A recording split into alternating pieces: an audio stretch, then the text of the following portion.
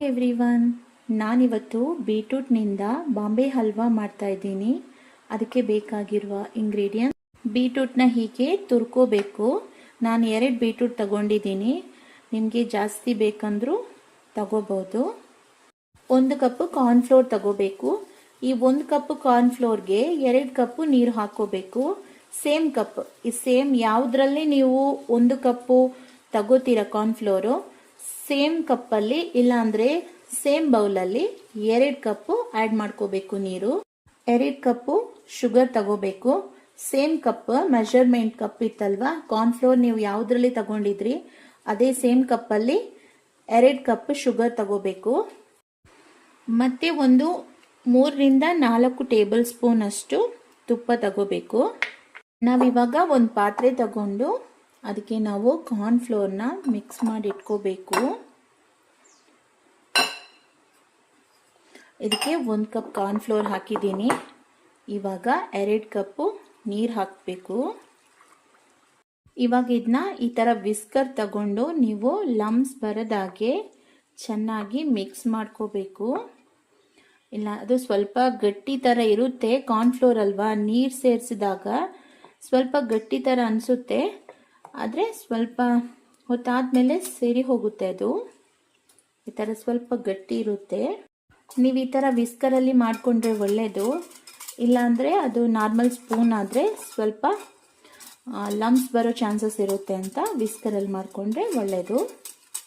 ಇವಾಗ ನಾವು ಇದು ಮಿಕ್ಸ್ ಆಗಿದೆ ಚೆನ್ನಾಗಿ, ಇದನ್ನು ನಾವು ತೆಗೆದಿಟ್ಕೊಳ್ಳೋಣ. ಇವಾಗ ನಾವು ಇದನ್ನು ತುರ್ಕೊಂಡಿರೋ ಬೀಟ್ರೂಟನ್ನು ಮಿಕ್ಸಿ ಮಾಡಿ ಅದ್ರ ಜ್ಯೂಸ್ ತಗೋಬೇಕು. ಮಿಕ್ಸಿ ಮಾಡುವಾಗ ಗಟ್ಟಿ ಅನಿಸಿದ್ರೆ ಸ್ವಲ್ಪ ನೀರು ಆ್ಯಡ್ ಮಾಡ್ಕೋಬೋದು. ಅಂದರೆ 2 ಕಪ್ನಷ್ಟು ನೀರು ನಮಗೆ ಬೀಟ್ರೂಟ್ ಜ್ಯೂಸ್ ಸಿಗಬೇಕು. 1 ಕಪ್ ಕಾರ್ನ್ಫ್ಲೋರ್ ತಗೊಂಡಿರೋದ್ರಿಂದ 2 ಕಪ್ನಷ್ಟು ನಮಗೆ ಇದು ನೀರು ಸಿಗಬೇಕು.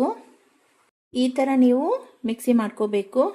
ಆವಾಗ ಇದರಲ್ಲಿ ನೋಡಿ ಜ್ಯೂಸ್ ಬರ್ತಾ ಇದೆ. ಇದನ್ನು ನಾವು ಸ್ಟ್ರೈನ್ ಮಾಡ್ಕೋಬೇಕೀಗ. ಬೀಟ್ರೂಟ್ ಜ್ಯೂಸ್ ತೆಗ್ದಾಗಿದೆ. ಇವಾಗ ನಾವು ಸಕ್ಕರೆನ ಒಲೆ ಮೇಲಿಟ್ಟು ಇವಾಗ ನೋಡಿ ಮೆಷರ್ ಮಾಡ್ತಾ ಇದ್ದೀನಿ. 2. ಇವಾಗ ಅದು ಮೆಲ್ಟ್ ಆಗೋವರೆಗೆ ನಾವು ಈ ಥರ ಮಿಕ್ಸ್ ಮಾಡ್ತಾ ಇರಬೇಕು. ನೋಡಿ ಇವಾಗ ಮೆಲ್ಟ್ ಆಗಿದೆ. ಇವಾಗ ನಾವು ಇದಕ್ಕೆ ಕಾರ್ನ್ಫ್ಲೋರ್ ಮಿಕ್ಸ್ಚರ್ನ ಹಾಕ್ಕೋಬೇಕು. ಕಾರ್ನ್ಫ್ಲೋರ್ನ ಸ್ವಲ್ಪ ಈ ಥರ ಮಿಕ್ಸ್ ಮಾಡ್ಕೊಳ್ಳಿ, ಯಾಕೆಂದರೆ ಅದು ಸ್ವಲ್ಪ ಗಟ್ಟಿಯಾಗಿಬಿಟ್ಟಿರುತ್ತೆ. ಆಮೇಲೆ ನೀವು ಈ ಥರ ಸ್ವಲ್ಪನೇ ಹಾಕ್ಕೊಂಡು ಈ ಥರ ಮಿಕ್ಸ್ ಮಾಡ್ಕೋಬೇಕು. ಅದು ಒಂದೇ ಸಾರಿ ಗಟ್ಟಿಯಾಗಿಬಿಡುತ್ತೆ. ಇವಾಗ ನೋಡಿ ಈ ಥರ ಜ್ಯೂಸಿಯಾಗಿ ಕಾಣಿಸುತ್ತೆ, ಆಮೇಲೆ ಗಟ್ಟಿಯಾಗ್ಲಿಕ್ಕೆ ಶುರು ಆಗುತ್ತೆ. ಅದು ಬೀಟ್ರೂಟ್ ಜ್ಯೂಸಲ್ಲಿ ಮಾಡ್ತಾ ಇರೋದ್ರಿಂದ ನಮಗೆ ಬೇರೆ ಕಲರ್ ಏನು ಫುಡ್ ಕಲರ್ ಏನು ಆ್ಯಡ್ ಮಾಡೋದು ಬೇಡ. ಇದೇ ಕಲರ್ ನೋಡಿ ಎಷ್ಟು ಚೆನ್ನಾಗಿದೆ. ಫ್ಲೇವರ್ ಬೇಕಂದರೆ ಬೀಟ್ರೂಟ್ ಫ್ಲೇವರ್ ನಿಮಗೆ ಇಷ್ಟ ಆಗಲ್ಲ ಅಂದರೆ ಬೇಕಾದರೆ ಬೇರೆ ಎಸೆನ್ಸ್ ಹಾಕ್ಕೋಬೋದು. ಇವಾಗ ನೋಡಿ ಈ ಥರ ಒಂದು 20 ನಿಮಿಷ 20 ರಿಂದ 25 ನಿಮಿಷ ನೀವು ಈ ಥರ ಕೈ ಆಡಿಸ್ತಾ ಇರಬೇಕು. ಇಲ್ಲ ಅಂದರೆ ಅದು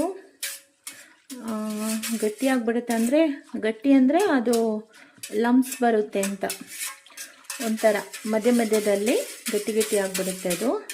ಅದಕ್ಕೆ ನೀವು ಕೈ ಆಡಿಸ್ತಾ ಇರಬೇಕು.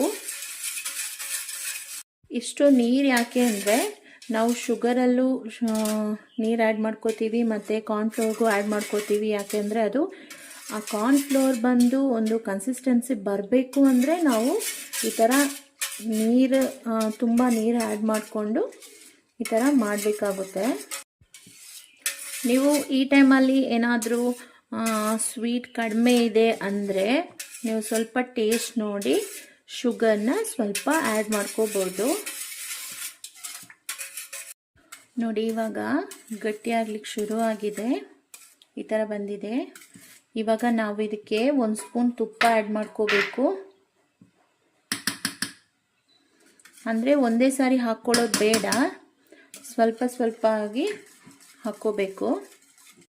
ಇವಾಗ ನಾವು ಇದಕ್ಕೆ ಕ್ಯಾಶು ಹಾಕ್ಕೊಳ್ಳೋಣ. ನಿಮಗೆ ಪಿಸ್ತಾ ಬೇಕಾದರೂ ಹಾಕ್ಕೋಬೋದು. ಡ್ರೈ ಫ್ರೂಟ್ಸಲ್ಲಿ ಪಿಸ್ತಾ ಮತ್ತು ಕ್ಯಾಶು ಆ್ಯಡ್ ಮಾಡ್ಕೋಬೋದು. ನೋಡಿ ಇವಾಗ ಇದು ರೆಡಿ ಆಗಿದೆ. ಇವಾಗ ನಾವಿವಾಗ ಇದಕ್ಕೆ ಹಾಕ್ಕೊಳ್ಳೋಣ.